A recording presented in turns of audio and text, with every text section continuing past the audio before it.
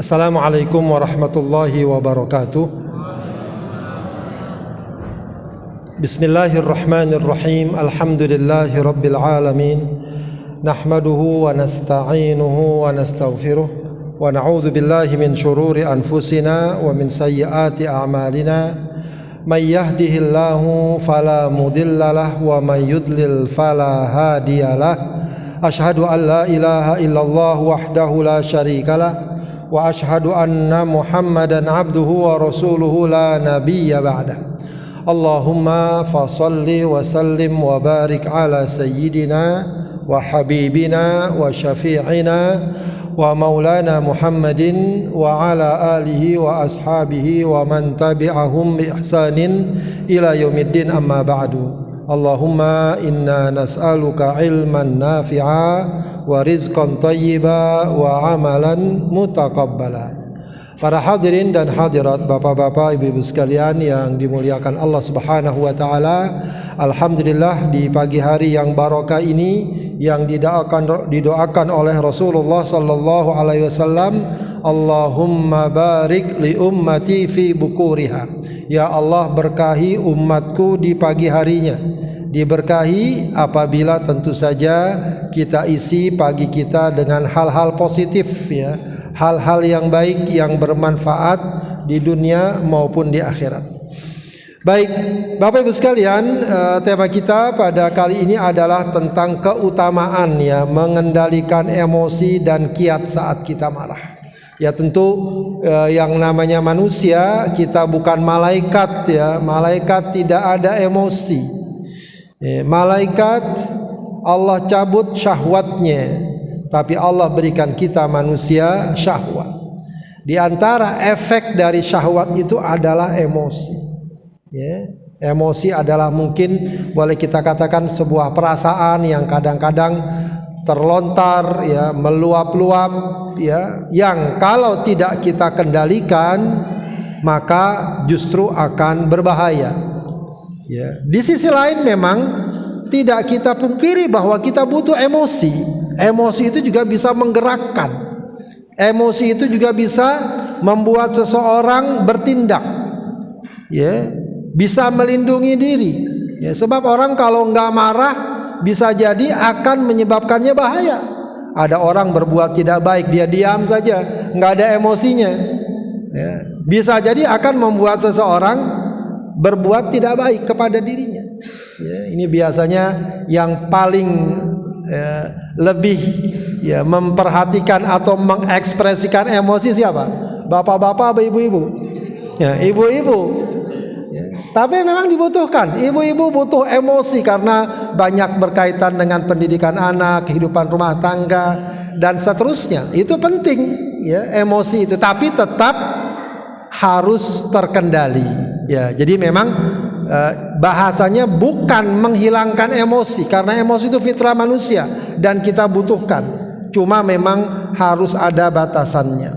Baik, kita mulai pembahasannya dengan membahas hadis yang mungkin sudah sering kita dengar, ya, sering kita baca, tapi tentu saja patut terus kita ulang lagi, ya, karena dia juga tentu saja merupakan pesan Rasulullah sallallahu alaihi wasallam kepada kita. Ya, boleh kita baca sama-sama biar kita juga bisa mendapatkan barokah dari hadis Rasulullah sallallahu alaihi wasallam. Bismillahirrahmanirrahim. An Abi Hurairah radhiyallahu anhu anna rajulan qala lin nabiyyi sallallahu alaihi wasallam qala ausini qala la taghdab faraddada miraran qala la taghdab rawahul Bukhari. Ya, jadi dari Abu Hurairah radhiyallahu an, hadis ini diriwayatkan oleh sahabat yang mulia yang sangat terkenal khususnya dalam periwayatan hadis, ya. Dia mengatakan anna rajulan qala, ada seseorang, tidak disebutkan siapa namanya. Ya, kadang-kadang tidak disebutkan nama sahabat itu, biasanya salah satunya adalah untuk menjaganya dari pandangan yang kurang baik, karena hadis ini juga memberikan isyarat bahwa orang ini memiliki sifat yang patut diperbaiki. Ya. Ada seseorang berkata kepada Nabi, qala lin Nabi sallallahu alaihi wasallam, ausini ya Rasulullah, beri saya nasihat. Qala, apa kata Rasulullah? La taghdab, jangan marah. Faraddada miraran, lalu orang itu mengulang lagi pertanyaannya, permintaannya. Ya Rasulullah, beri saya nasihat. Bukan sekali dua kali, berkali-kali. Bisa 2 kali, bisa 3 kali, dan seterusnya. Jawab Rasulullah nggak beda, nggak berubah, tetap dia mengatakan la taghdab, jangan marah. Ya, hadis riwayat Bukhari. Ya, hadis ini tentu saja sangat singkat ya, dan kita juga mungkin sudah sering ya mendengarnya, tapi lagi-lagi kita coba gali maknanya dan kandungannya. Kata-kata la taghdab, la dalam bahasa Arab yang dimaksud dalam hadis ini adalah la nahiyah. Jadi kalau dalam bahasa Arab itu la itu ada 2 maknanya, la nahiyah dan la nafiyah. Sama-sama la juga, tapi artinya bisa berbeda. Kalau la nafiyah, apa artinya? Meniadakan. Seperti kalimat la pada kalimat tauhid, la ilaha illallah. Itu artinya la, artinya nafi, tidak ada Tuhan yang disembah selain Allah. Tapi kalau dalam hadis ini la-nya namanya la nahiyah. La nahiyah artinya larangan, jangan. Ya, jadi tidak atau jangan dalam bahasa Arab sama-sama ditulis apa? La. Ya, itulah pentingnya ngaji. Ya, kalau dalam bahasa Indonesia bisa ketahuan bedanya, ini jangan, ini tidak. Tapi kalau dalam bahasa Arab dua-duanya disebut la. Ya, dua-duanya disebut la. Cuma artinya bukan tidak tapi jangan. Ya, jangan artinya tentu larangan. La taghdab, jangan marah. Ya, jangan marah. Nah, kata-kata jangan marah ini sebagaimana tidak katakan, yang namanya marah itu fitrah manusia. Ada nggak di sini yang nggak pernah marah? Apalagi mama ya, jangan bilang saya nggak pernah marah. Bapak-bapak juga begitu, jangan bilang saya nggak pernah marah. Manusia tabiatnya pasti pernah marah. Itu tabiat, nggak bisa dihilangkan. Maka ketika Rasulullah mengatakan jangan marah, bukan berarti nggak boleh marah dalam arti kita harus hilangkan tabiat, tidak. Beda kalau perintah larangannya jangan bohong. Beda. Jangan menipu, jangan berbuat zalim. Karena bohong, menipu, zalim itu bukan tabiat, itu sifat buruk. Maka larangannya memang harus benar-benar ditinggalkan. Itu yang namanya bohong, zalim, menipu, ya, sifat tercela. Tapi kalau marah itu tabiat manusia, fitrah manusia. Maka ketika ada perintah jangan marah, ya, nggak mungkin kita katakan jangan marah, nggak boleh punya sifat marah. Marah itu tabiat. Maka karena itu para ulama mengatakan larangan la taghdab, ya, itu maksudnya ada 2. Ya. Jangan marah di sini maksudnya apa? Kata para ulama, la taf'al al asbab al muqtadiyah lil ghadab. Jangan lakukan sebab-sebab yang menimbulkan kemarahan. Jadi pemahaman la taghdab itu jangan lakukan tindakan, perbuatan, ucapan ya, yang dapat menimbulkan kemarahan. Baik kemarahan diri kita atau kemarahan orang lain. Gitu ya. Itu yang pertama. Ini yang nanti akan kita bahas lebih dalam. Kemudian yang kedua, la taghdab artinya apa? La ta'mal bi muqtadal ghadabi idza hasal.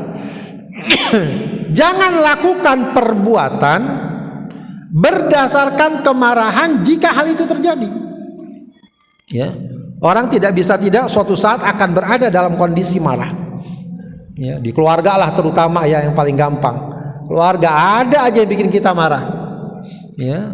Istri ngelihat suaminya naruh anduk di kasur, langsung teriak, wow, gitu ya. Soalnya saya pernah ngalami.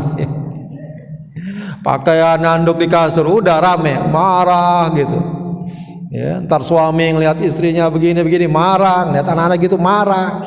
Nah, ketika marah itu terjadi, maka diingatkan Rasulullah taghdab. Maksudnya apa?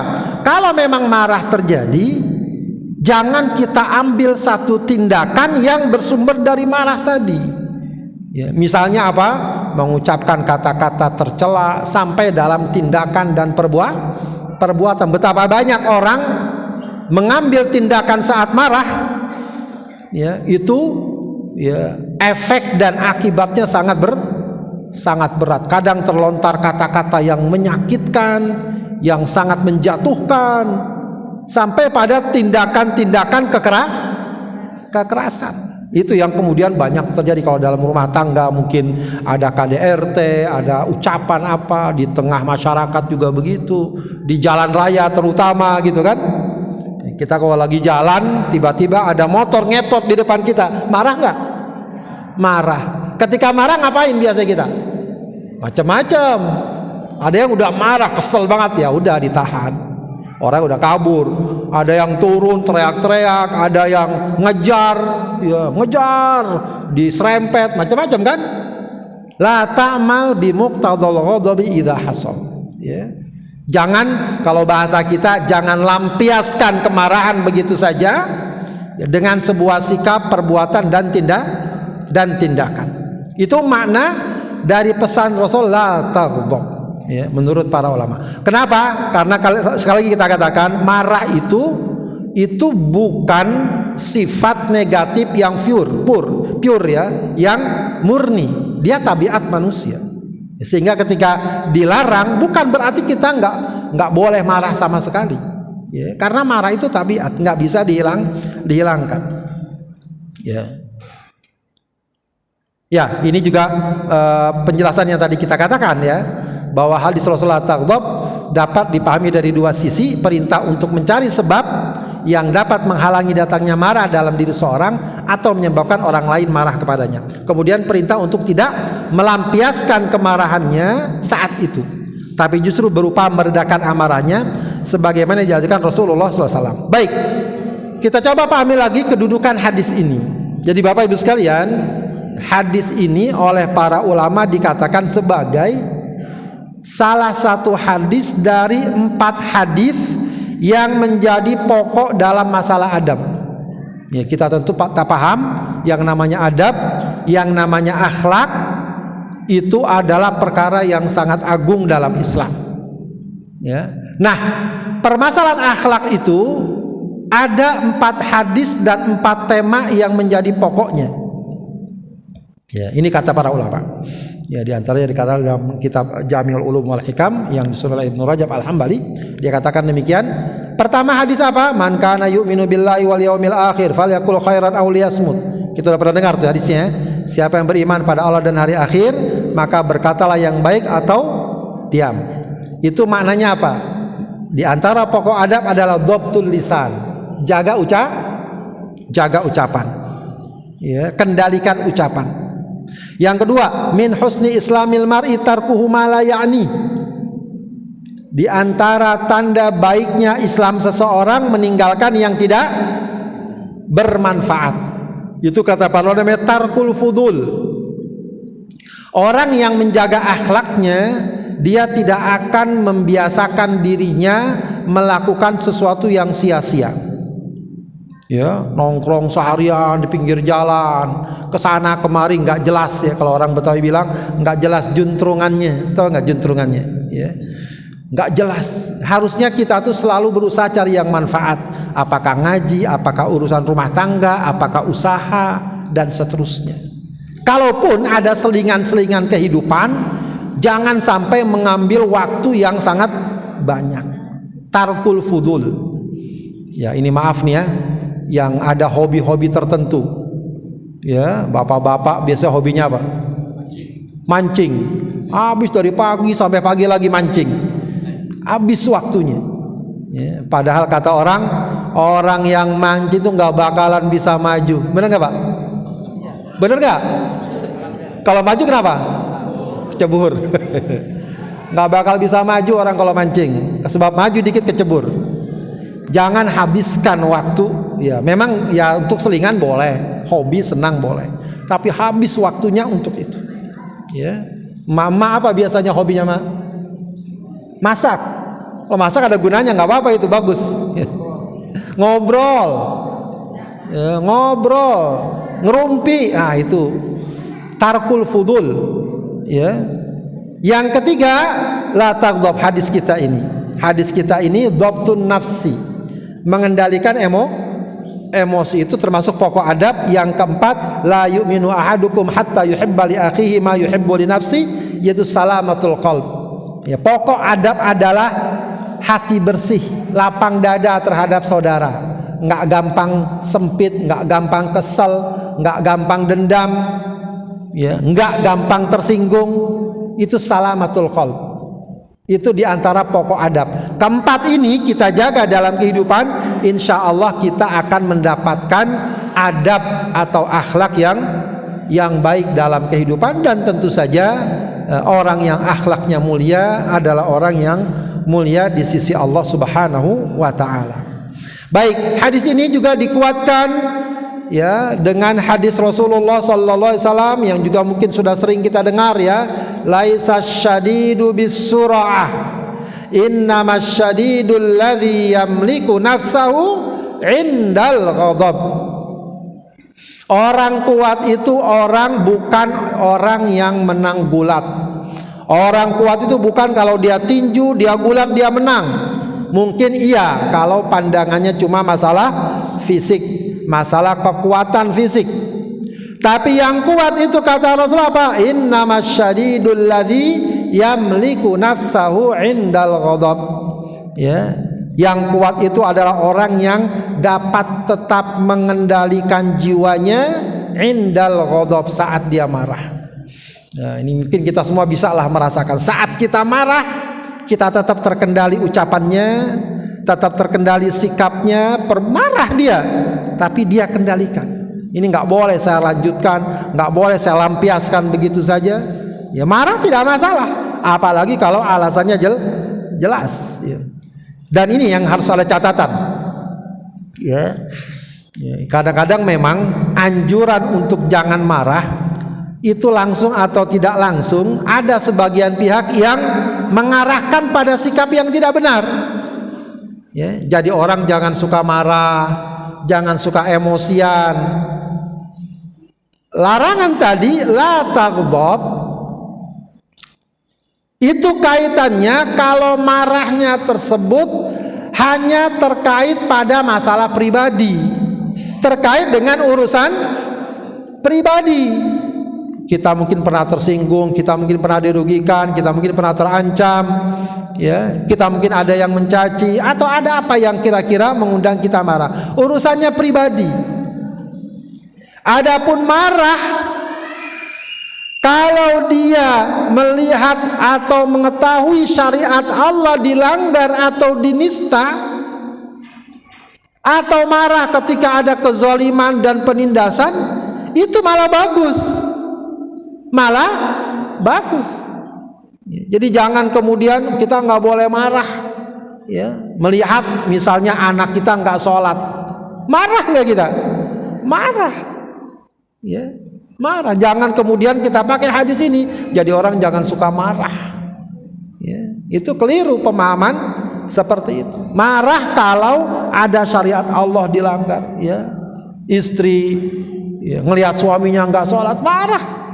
Ya, cuma tinggal nanti bagaimana dia mengekspresikan marahnya. Suami melihat istrinya tidak jaga sikap, tidak jaga adab, marah, wajar. Bahkan semestinya. Ya, jangan kemudian kita katakan jadi orang jangan suka marah. Kalau urusan agama ada kezaliman kita marah, oke, itu bagus.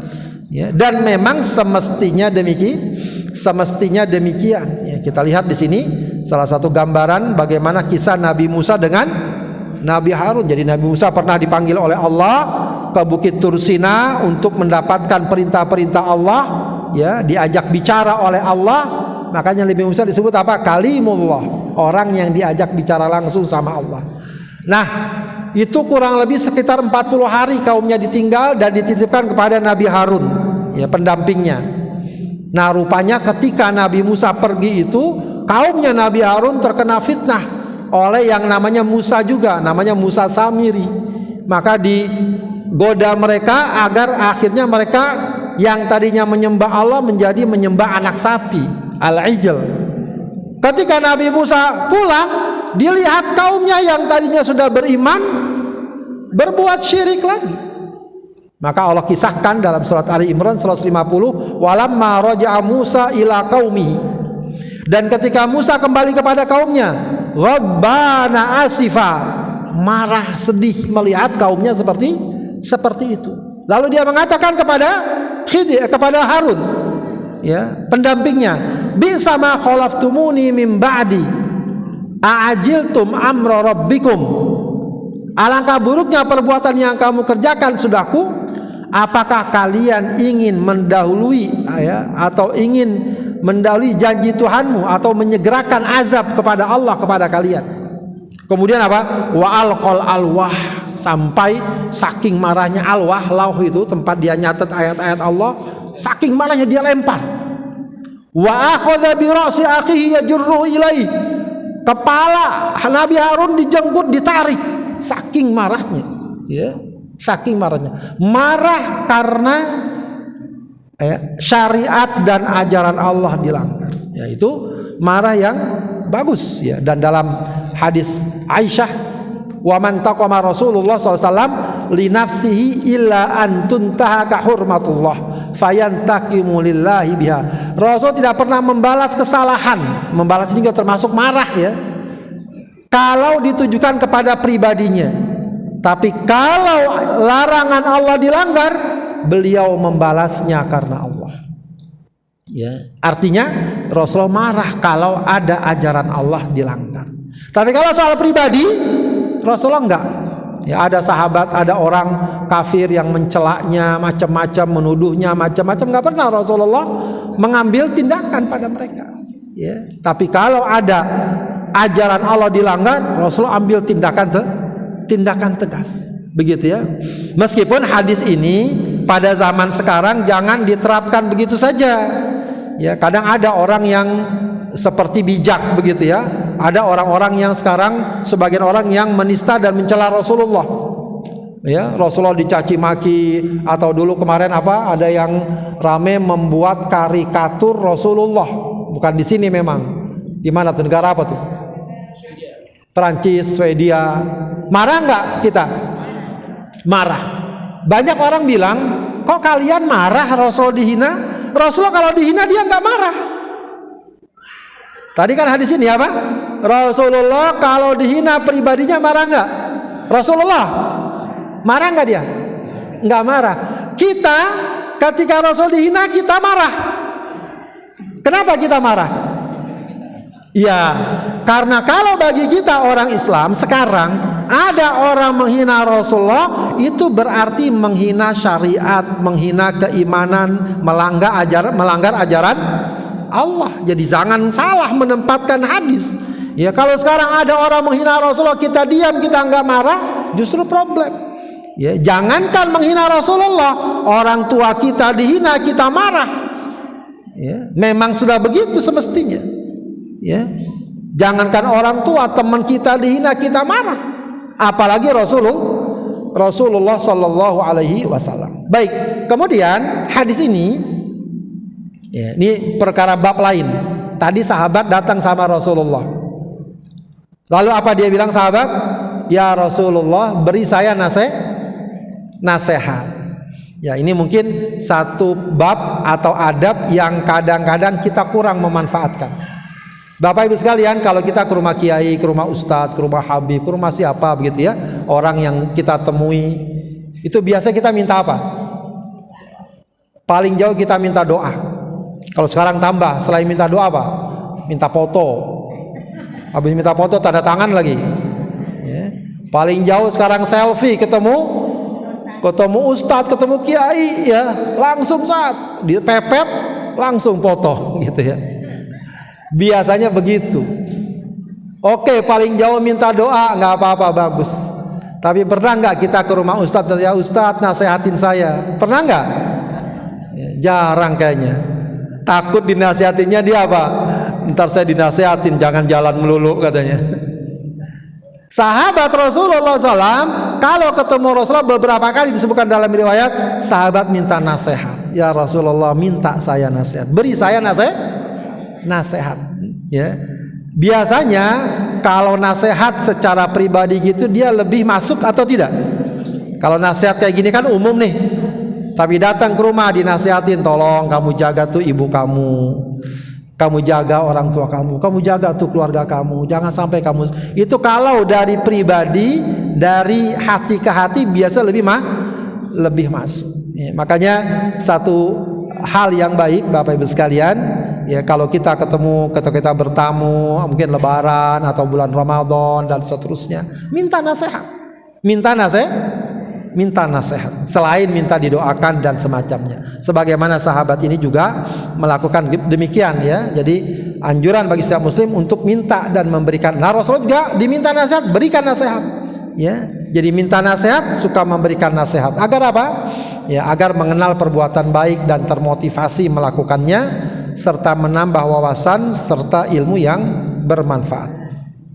Baik, Rasulullah memberikan nasihat. Ini juga penting dalam bab memberikan nasihat, ya. Ya, jadi ada orang minta nasihat, Rasulullah kasih nasihat, tapi nasihatnya unik. Biasanya kalau memberikan nasihat kan jaga ibadah, jaga sholat, ya, bakti sama orang tua, berakhlak yang mulia. Tapi Rasulullah nasihatnya spesifik dalam hal ini. Apa? Khusus, la taghdab, jangan marah. Itu kata seorang ulama, bahkan ketika diminta berkali-kali jawabannya jangan marah. Kata seorang ulama namanya Ibnu Daqiq Al-Aid. Dia salah seorang ulama yang mensyarah hadis Al-Arba'in An-Nawawiyah. Kata dia, tidak tertutup kemungkinan mengapa Rasulullah menasihati orang itu jangan marah. Ya, kenapa kok nasihat jangan marah? Sangat khusus kan? Ya. Karena beliau mengetahui bahwa orang yang bertanya tersebut memiliki sifat pemarah. Maka dianjurkan untuk memberikan nasihat sesuai dengan kondisi situasi ya yang ada pada orang yang dinasehati. Baik, jadi secara umum hadis ini kesimpulannya atau isi kandungan hadis ini adalah apa? Pertama, jangan memancing kemarahan. Kedua, jangan bertindak berdasarkan kemarahan. Ketiga, jangan suka minta nasihat. Keempat, berikan nasihat sesuai kebutuhan. Itu kalau mau diringkas isi dari kandungan hadis yang tadi kita baca ya, ketika seseorang datang sama Rasulullah minta diberikan nasihat, maka jawaban Rasul adalah la taghdab. Baik. Perkara berikutnya tadi sudah kita katakan, kata Rasulullah taghdab artinya apa? Jangan melakukan sebab atau perkara yang dapat mengundang kemarahan. Nah, tinggal kita ketahui apa saja perkara yang dapat mengundang kemarahan. Ya, jadi jangan kita mengatakan, oh jangan marah, tapi perbuatannya bikin orang marah.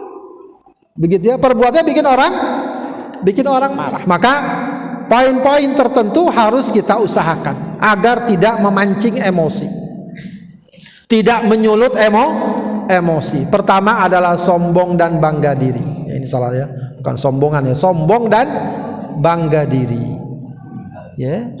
Ya sudahlah kita paham ini. Ya. Orang kalau sombong, kalau bangga itu sedikit saja dia terusik, dia mudah marah. Sedikit aja dia terusik, dia mudah marah. Kenapa? Selama ini dia merasa berat, merasa besar, merasa dihormati. Ya, kadang-kadang misalnya namanya nggak disebut, langsung dia marah. Kok nama saya nggak disebut? Ya, udah disebut, gelarnya nggak disebut lagi. Ya, salah lagi, marah lagi. Ketika apa? Ketika dia sombong. Ketika dia sombong, kesenggol dikit aja Oh, marahnya udah seperti marah kayak mau perang dunia kedua. Kesenggol dikit saja. Kenapa? Sombong. Maka sering kita lihat tayangan-tayangan ya. Ya, mungkin kita sering lihat video gitu bagaimana orang kesenggol dikit saja kendaraan ya. Mungkin namanya kendaraan, namanya juga ketadaan kan? Senggol apa begitu. Ya, padahal mungkin nggak sampai luka, nggak sampai berat rusaknya, mungkin lecet sedikit. Itu marahnya luar biasa, tidak proporsional. Ya, sampai kadang-kadang ngeluarin senjata segala macam. Kenapa? Itu nggak berdiri sendiri gitu saja. Kenapa? Karena kesombongannya selama ini dipelihara. Saya orang besar, saya orang gedean, saya orang ini, saya orang itu, dan seterusnya. Gampang marah akhirnya. Gampang marah. Ya, saya tuh sering banget ngelihat kalau lagi umroh atau haji, ya itu kan yang namanya umroh tawaf itu kan desek-desekan, tawaf desekan ya, kesenggol nggak bu? Bukan kesenggol lagi, kedorong, ya, sikut, keinjak. Itu saya sering banget lihat orang marah-marah. Ya Allah, kenapa marah-marah ya? Namanya juga lagi tawaf, desek-desek. Namanya kesenggol, kedorong, ya pokoknya kita sabar aja, kita usahakan jangan sampai jatuh, jangan sampai goyang sana, ajak aja. Kita juga paham nih orang nggak mungkin sengaja nyenggol-nyenggol. Ya kali ada yang sengaja ya, kayak mungkin ada tapi nggak semua ya, maksudnya sedikit lah, itu orang kebangetan banget ya. Umumnya orang nggak sengaja, dia juga kedorong dong. Bahkan saya pernah lihat jotos-jotosan di depan Ka'bah, ya berantem di depan Ka'bah. Ya, itu artinya ya mau dari bangsa mana lah ya. Artinya apa? Kesombongan yang dijaga akan gampang mengundang baik marah buat dirinya, orang lain juga begitu. Kita ngelihat orang sombong pengennya marah aja kan, kesel aja. Ya, kita ngelihat orang sombong kesel aja bawaannya, bikin orang marah, bikin orang emosi. Maka ya jaga diri kita, ya jauhkan kita dari sifat sombong. Ya, walau kita Allah berikan kelebihan, walau Allah berikan harta yang besar, jabatan yang tinggi, bukan untuk disombongkan. Ya, tirulah, teladanilah Nabi Sulaiman alaihissalam ketika Allah berikan berbagai macam kelebihan. Apa dia bilang? Hadza min fadli Rabbi. Ini semua karunia Tuhanku. Nabi Sulaiman kekayaan kekuasaannya nggak terkira, tapi nggak sombong dia. Ya, nggak sombong. Ya, apalagi kita yang belum apa-apa. Ya, kata orang, teladanilah tuh kalau soal sombong tukang parkir, mobilnya, motornya banyak, nggak sombong. Giliran dia ambil juga nggak sombong, dia diam aja. Ya, bukan punya dia. Ya. Sombong. Jadi sombong mengundang debat kusir. Ini juga sering sekali, apalagi pada zaman sekarang. Ya, yang terjadi di grup-grup WhatsApp segala macam, itu kalau udah ngurus ngomong sesuatu udah kayak paling hebat, paling jago, padahal kadang-kadang nggak ngerti. Ya, kalau hal-hal yang sudah, ya ada orang pengen debat, pengen jago menang, ya nggak perlu kita terlalu ladenin. Ya udah tinggalkan aja. Udah kalau memang kita nggak cocok ya sudah tinggalkan saja. Sampai sini aja cukup. Ya, saya sudah menyampaikan alasan saya begini. Wah, nggak begini begitu segala. Sebab ada orang yang debat itu pokoknya menang. Dia mau benar mau salah pokoknya menang. Ya, jadi ada cerita dua orang baru datang mungkin ke negeri Arab, main ke padang pasir, dari jauh ngelihat seperti hewan gitu. Yang satu bilang apa? Wah, itu kambing. Ya kan? Yang satu bilang apa? Enggak, burung, itu burung, dari jauh kelihatan. Enggak lama kemudian binatang itu terbang. Berarti apa? Kata temannya, nah kan burung kan terbang. Enggak, di Arab ini kambing bisa terbang juga katanya. Pokoknya dia nggak mau kalah. Ya, ada orang kayak gitu modelnya. Yang kayak gitu jangan diladenin. Ya, jangan kita ladenin segala macam, sudah tinggalkan saja. Ya, daripada kita urusin akhirnya kalau debat kadang-kadang ngomongnya kemana-mana kan, itu lu, mak lu, bapak lu, anak lu segala macam disebut-sebut. Ya, maka debat. Ya. Kalau diskusi nggak apa-apa, pengen tanya, pengen tahu dan seterusnya. Ya sudah. Apalagi kalau sudah ada keputusan ini itu, ya kayak kemarin, ya biasa rame soal penetapan awal Ramadan, akhir Ramadan, puasa Arafah, sudah. Ya, kita ambil saja pendapat yang menurut kita lebih kuat, selesai. Nggak perlu kemudian ya bahasanya ngata-ngatain, mojok-mojokin, itu nggak perlu. Akan mengundang kemarahan. Ya. Apalagi bagi kita yang kadang-kadang nggak punya ilmunya, udah ikut aja ulama yang kita percaya, selesai. Ya, selesai. Nggak perlu kemudian kita perparah dengan obrolan atau debat yang semakin mengundang kemarahan. Kemudian pembicaraan yang tidak sesuai level pemahaman masyarakat. Ya, jadi kita kalau ngomong apa, lihat-lihatlah, ya. Ya, jangan berbicara sesuatu yang berat atau yang orang nggak paham jadi marah. Ya, sebab ada kayak riwayat-riwayat hadis itu kalau disampaikan secara umum berat dipahami masyarakat.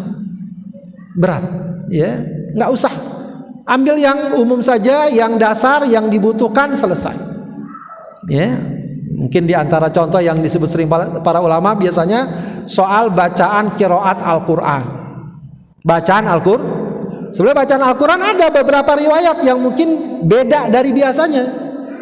Ya, kita kalau baca Al-Fatihah, Alhamdulillahirabbil alamin Ar-Rahmanir-Rahim, bacanya Maliki Yaumiddin apa Maliki Yaumiddin? Panjang apa pendek? Panjang. Kalau baca pendek salah nggak? Salah apa benar? Nggak salah. Kalau baca pendek, ada riwayat qiraat yang memang bacanya pendek. Cuma kalau kita yang baca, kita udah nggak tahu ilmunya, kita cuma dengar doang, kita baca. Pertama, kita juga bukan berdasarkan ilmu. Kedua, orang yang nggak tahu akan bilang apa? Wah, ini salah. Masa imamnya nggak ngerti baca Al-Fatihah? Ya. Bukan imamnya salah, tapi tidak sesuai level pemahaman masyarakat. Ya, kira-kira Al-Quran itu memang, Bu, ya, Pak, itu kalau apalagi kalau qiraat yang waras dan lain sebagainya itu asing kita dengarnya. Orang-orang kayak di Afrika, di mana itu beberapa bacaan itu, ya, agak aneh kita dengar, tapi itu benar. Ya, cuma kalau dibaca di sini di tengah masyarakat umum jadi masalah. Ya, jadi harus disesuaikan dengan level pemahaman masyarakat, ya, secara umum. Ya, nggak perlu kita angkat tema-tema yang dapat mengundang kontroversi segala macam dan seterusnya. Ya, nggak perlu. Kemudian canda berlebihan juga dapat menimbulkan kemarahan. Ini udah sering lah, ya. Canda tentu kita butuh, kita juga senang bercanda, ceramah juga ada candanya, apalagi ngobrol tapi berlebihan, melampaui batas, itu juga harusnya dihindari, ya. Dihindari. Ya, kita lihatlah berbagai kasus, ya, canda yang apalagi sudah menghina, menista dan seterusnya. Ya, kalau sekarang juga banyak tuh prank-prank itu yang bikin orang marah, ya. Itu nggak bagus tuh, meskipun kadang-kadang ya kalau di YouTube banyak viewernya, wah senang orang tertipu, kaget. Wah, itu bahaya sebenarnya. Itu nggak boleh. Bisa berbahaya. Ya, saya pernah lihat di video tuh anak lagi tidur dibangunin begitu langsung dinaikin motor. Wah, bingung banget dia. Ya, dan itu bahaya, bisa berbahaya bagi kesehatan. Canda berlebihan nggak boleh, sebab itu dapat mengundang marah. Asalnya dia bercanda, ya, asalnya bercanda. Ya, makanya kayak banyak kan, ya, maaf ya, pelawak stand up komedi kena delik, kenapa? Walaupun tujuannya canda, apalagi kalau yang dicandain adalah agama. Nggak boleh mencandakan agama, nggak boleh jadikan agama Al-Quran. Ini kadang-kadang suka sering orang sholat dibuat bercanda, nggak boleh, ya, haram. Bahkan bisa dapat membatalkan keimanan kalau perkara yang beratnya. Ya, Qul abillahi wa ayati wa rasuli kuntum tastahzi'un. Ya, katakanlah, apakah dengan ayat Allah, dengan Rasulnya kalian jadikan sebagai ejekan atau candaan juga berlebihan. Kemudian mencela, menghina, itu jelas lah, ya. Perbuatan mencela, menghina itu pasti akan mengundang kemarahan, ya, sedapat mungkin, ya. Kalaupun kita mungkin kesel, kita mungkin nggak setuju, tidak perlu sampai mencela, tidak perlu sampai menghina. Apalagi kalau kita menghinanya dengan sangat nista, hina orang tuanya, hina jati dirinya, nggak perlu. Bahkan termasuk kepada ahli maksiat, nggak boleh kita menghina, nggak boleh, ya. Kita sebut kejelekannya, kita sebut rasnya, kita sebut warna kulitnya, nggak boleh. Ya. Cukup kita doakan atau kita peringati atau kita kasih peringatan, iya. Tapi mencela tidak. mencela tidak. Itu kepada ahli maksiat, apalagi yang bukan maksiat. Apapun sebabnya, betapa banyak ya perbuatan-perbuatan mencela dan menghina itu mengundang orang marah sampai pada level pembunuhan. Ada orang dibunuh. Kenapa dibunuh? Ya dia salah membunuh, tapi alasannya kenapa? Saya nggak tahan tiap hari dihina, nggak tahan tiap hari dicela. Ada nggak kayak gitu? Ada, banyak. Makanya mencela dan menghina harus kita hindari. Walaupun bercanda, lagi-lagi kayak sekarang nih bercanda ya. Ini terutama anak-anak muda nih, biasa candanya sekarang udah aneh-aneh banget ya. Ya ngomong orang dibilang dengan bahasa binatang segala macam. Ya memang bercanda, tapi itu sesuatu yang harus kita. Nah, inilah Bapak Ibu sekalian bagian pertama dari pesan Rasul, la taghdab, jangan marah. Artinya apa? Jangan lakukan perbuatan yang dapat mengundang marah. Baik, kalaupun akhirnya kita marah, ya ini kayak kedua. Tadi sebagaimana kata para ulama, yang kedua, jangan lampiaskan marah, jangan lakukan tindakan berdasarkan kemarahan yang kita sedang hadapi, sedang rasakan. Lalu bagaimana sikap yang benar saat kita marah? Ya, perhatikan ya. Pertama tentu berlindung kepada Allah Subhanahu wa taala. Dalam hadis riwayat Bukhari, kata Sulaiman bin Surat, dia pernah menemani Rasulullah. Lalu ketika dia mendampingi Rasulullah, ada dua orang yang sedang saling mencela ya, saling caci maki. Bahkan digambarkan mukanya merah padam, ototnya seperti keluar saking marahnya. Ya. Maka apa kata Rasulullah? Inilah a'lamu kalimatan law qala la dhahaba anhu ma yajid. Aku tahu kalimat yang kalau dia ucapkan apa? Akan hilang emosi atau paling enggak reda emosi yang ada padanya. Apa kalimatnya kata Rasulullah? A'udzu billahi minasyaiton. Atau mungkin bisa kita lengkapi a'udzu billahi minasyaitonir rajim. A'udzu billahi minasyaiton. Itu ucapan yang dianjurkan untuk kita ucapkan kalau lagi Jadi kalau kita biasa lagi marah bacanya apa? Istighfar biasanya. Ya nggak apa-apa lah, bagus istighfar. Tapi kalau yang Rasulullah ajarkan adalah baca ta'awudz.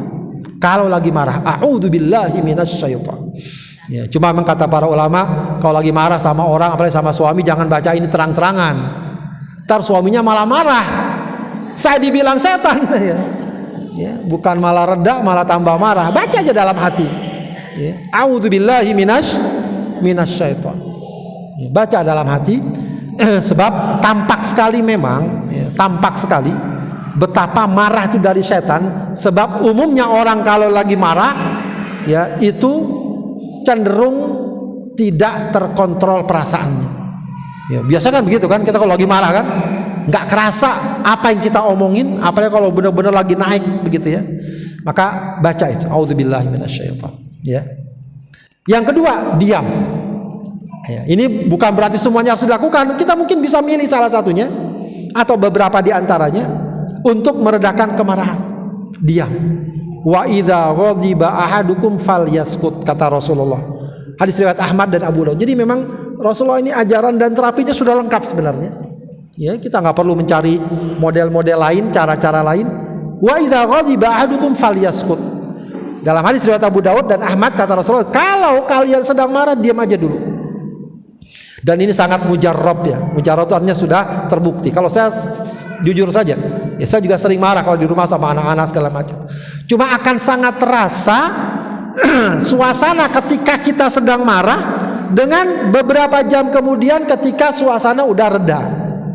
Tadi itu perasaan anak-anak pokoknya pengen ngapain, pengen kesel.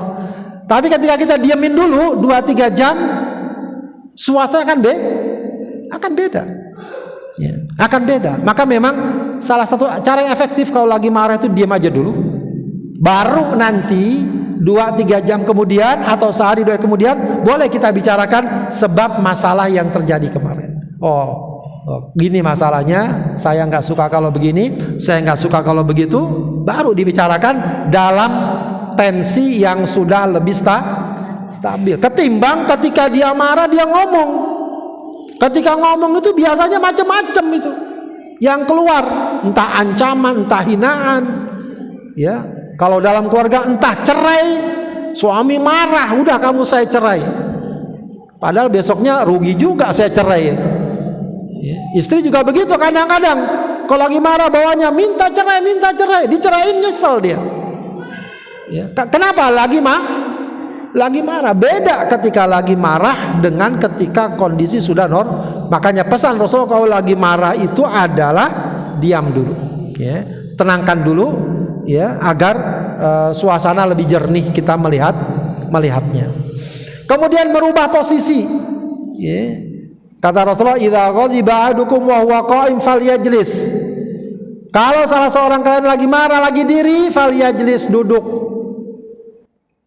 Kalau kita kan bisa kebalikannya, lagi marah duduk, sedang duduk marah, kemudian akhirnya ngapain? Diri, telak pinggang, tambah marah. Yang Rasulullah ajarkan kalau lagi diri marah duduk aja dulu. Biasanya tuh tensi agak turun. Fa in dhahaba anhul ghadab wa illa falyattaji. Kalau udah selesai bagus. Kalau masih marah juga falyattaji, berbaring. Ada nggak orang lagi tidur marah-marah ngamuk-ngamuk? Marah-marah sambil tiduran, ada nggak? Ya, semakin susah marahnya dia, semakin turun lagi tensinya. Nah, ini sebuah terapi yang juga sangat sederhana. Kalau lagi marah minimal, kalau kita lagi duduk marah jangan diri, minimal, ya, sebab semakin kita diri semakin marah kita akan meluap. Kalau bisa udahlah kita bawa tidur aja deh, ya. Mungkin nanti kalau sudah reda kita baru bicarakan lagi lebih baik.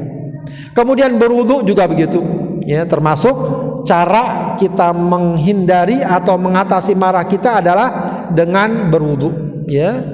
Kata Rasulullah, innal ghadaba minasyaiton. Marah itu dari setan. Wa inasyaitona khuliqa minan nar. Setan terbuat dari api. Wa innama tudfa'un naru bil ma. Api dapat dipadamkan dengan air. Fa idza ghadiba ahadukum falyatawaddo. Kalau ada di antara kalian yang sedang marah, maka berwudulah, ya, berwudulah. Ini juga sebuah terapi yang Rasulullah ajarkan, dan kita yakin memang begitu kenyataannya. Meskipun mungkin bagi sebagian orang, apalagi yang beragama lain, apa hubungannya marah dengan wudu? Tapi Rasulullah sudah jelaskan latar belakangnya, dan ini perkara gaib, ya, perkara yang hanya dapat kita pahami dengan pemahaman keimanan kepada Allah Subhanahu wa taala. Kemudian perkara lain lagi juga apa? Kalau lagi marah, menyadari keutamaan menahan marah, ya, mengendalikan marah dan akibat buruk dari marah. Jadi kalau lagi marah kita ingat tuh, paling enggak walaupun lagi emosi kita ingat, ya. Kalau seandainya kita betul-betul dapat mengendalikannya, masuk surga kita. Lagi marah, kesel-keselnya, anak misalnya dikasih uang SPP enggak dikasih, marah. Ya, istri begini, suami begitu, marah. Nah, ketika itu kita ingat, ya, sebab ada seorang sahabat, ya Rasulullah, berkata pada Rasulullah, ya dullani ala amalin yudkhilunil jannah. Kasih tahu aku amal yang membuat aku masuk surga. Maka Nabi berkata, la taghdab walakal jannah. Jangan marah maka kamu dapat surga. Jadi ketika kita marah kita ingat, ini kalau kita terusin marah kita nggak dapat surga. Tapi kalau kita kendalikan, kita insya Allah akan dijanjikan surga Allah Subhanahu wa ta'ala. Dalam surat Al-Imran itu juga ada isyarat tentang fadilah orang mengendalikan marah, ya, terkait dengan orang-orang yang bertakwa, orang-orang yang menjadi ahli surga. Apa di antara sifatnya? Kata Allah, alladzina yunfiquna fis sarra wad dharra. Orang yang menafkahkan hartanya baik lapang maupun sempit. Sedekah. Jadi sedekah bukan saat duit banyak, duit lagi susah juga kalau bisa sedekah. Ya, kadang-kadang kita sedekah itu apa? Nunggu gajian, nunggu dapat bonus, nunggu tanahnya laku. Ya, akhirnya ketika gajian langsung habis, lupa dia sedekahnya. Ya, ketika kaya lupa dia sedekah. Ya, padahal kata para ulama, sedekah saja Allah akan kasih kemudahan sesuai kemampuannya. Tetap kita biasakan bersedekah walau sedang sulit. Kemudian yang kedua apa? Wal kadhiminal ghaidha. Orang yang menahan marahnya. Wal afina 'anin nas. Orang yang mudah memaafkan orang lain. Wallahu yuhibbul muhsinin, dan Allah senang orang yang muhsin. Orang muhsin itu apa? Orang yang suka bantu orang, yang suka berbuat baik sama orang, dan seterusnya. Kalau kita ingat ini, maka insya Allah kita akan lebih mudah mengendalikan marah. Kenapa? Karena janji Allah akan Allah berikan kebaikan bagi mereka. Ya, ini ada satu kisah yang cukup dikenal di kalangan salafus saleh, disebutkan dalam beberapa kitab, kisah seorang pembantu, budak lah ya, pada zaman itu budak. Jadi ada tuannya minta diambilkan makanan. Datanglah budak ini bawa makanan. Mungkin makanannya kayak berkuah gitu ya. Apakah semur, apakah rendang gitu ya. Gulai. Datanglah dia ke tuan tersebut. Pas datang entah kesandung entah gimana, makanannya tumpah, kena bajunya, kotor segala macam. Ya, bisa dibayangkan, tuan mungkin pembesar, mungkin orang kaya dan semacamnya, budaknya berbuat seperti marah nggak? Dia mau marah, tapi rupanya budak ini ngerti Al-Quran. Maka dia baca ayat ini, wal kadhiminal ghaidha, kata budak itu. Orang yang baik, orang yang soleh, ahli surga adalah apa? Orang yang menahan marahnya. Tuan tadi ketika baca, diperdengarkan oleh budak tadi ayat ini, wah, akhirnya dia nggak jadi marah. Dilanjutin lagi sama budaknya, wala afina 'anin nas, orang yang suka memaafkan. Kata tuannya, udah kamu saya maafkan. Rupanya budaknya nambah lagi, wallahu yuhibbul muhsinin. Allah senang dengan orang-orang yang suka berbuat baik, suka berbuat baik kepada saudaranya. Ya sudah, kamu saya merdekakan ya. Jadi berawal dari perbuatan yang mengundang marah, malah akhirnya dia dimerdekakan. Kenapa? Karena ketika orang sadar ya, apabila dia mengendalikan marahnya, dia akan mendapatkan kebaikan yang besar. Ada lagi hadis Rasulullah, man kadhama ghaidhan, siapa yang menahan marah, wa huwa qadirun ala ayyun fidhahu. Ini yang penting. Dia menahan marah, padahal kalau mau dia lampiaskan, dia mampu. Sebab ada orang marah, pengen dia lampiaskan, dia nggak berani. Ada nggak? Ada orang kecil pengen marah. Itu biasanya apa? Mikir-mikir nggak? Mikir-mikir kalau seandainya yang mau dimarahin orang gede, orang besar. Katakanlah bawahan sama atasan, pengen marah sama atasannya, gampang nggak? Nggak gampang. Ya, rakyat kecil, ya. Sampai ada anekdot dulu ya, dulu zaman zaman dulu kan rakyat sama tentara, sampai sekarang juga mungkin ya, bawahnya takut aja gitu kan. Ya, jadi katanya dulu ada cerita anekdot naik metro mini atau naik PPD, ya. Kemudian kakinya keinjak, kan desek-desekan, kakinya keinjak, dia pengen marah, ya, pengen negur orang ini, tapi namanya orang kecil tanya dulu. Bapak abri ya, dulu zamannya abri ya. Bapak abri ya, orang badannya kekar gede. Kata bapaknya itu yang nginjak itu, dia nggak tahu kalau dia nginjak kaki orang kan. Ya, enggak, bukan abri. Mungkin orang tua atau anaknya abri kali. Enggak, kata dia. Tetangganya kali abri, enggak. Ya, akhirnya orang itu penasaran, kenapa sih kamu kok tanya gitu? Ini kaki saya keinjak gitu. Jadi gambaran orang lemah itu begitu, pengen ngasih tahu, pengen marah, pengen negur saja sangat takut. Ya. Nah, kalau ini enggak, dia atasan, dia punya kekuatan, dia punya kekuasaan, dia marah, dan kalau dia lampiaskan marah gampang banget. Ya, katakanlah dia punya perusahaan, karyawannya marah, kalau dia pecat bisa nggak? Bisa banget. Nggak salah pun dia pecat bisa, apalagi salah. Atau dia menghina, mencaci mungkin. Tapi karena dia tahu fadilah orang yang mengendalikan marah, dia tahu. Ya, dia mampu mengendalikannya. Maka kata Rasulullah, orang seperti ini da'ahu Allah tabaraka wa ta'ala ala ru'usil khalaik hatta yukhayyirahu min ayyil huri sya'a. Nanti di hari kiamat dia akan dipanggil, dibanggakan di depan makhluk-makhluk Allah, ya, dan disuruh pilih bidadari yang dia suka. Ya, gambaran orang yang menahan marahnya. Dan kemudian satu lagi pesan Rasulullah, jangan ambil keputusan ketika sedang marah. Ini penting banget ya. Jangan ambil keputusan ketika sedang marah ya. Bahkan dalam masalah peradilan kata Rasulullah, la yaqdiyanna hakamun bainasnaini wa huwa ghadban. Janganlah seorang hakim memutuskan perkara antara dua orang saat dia sedang marah.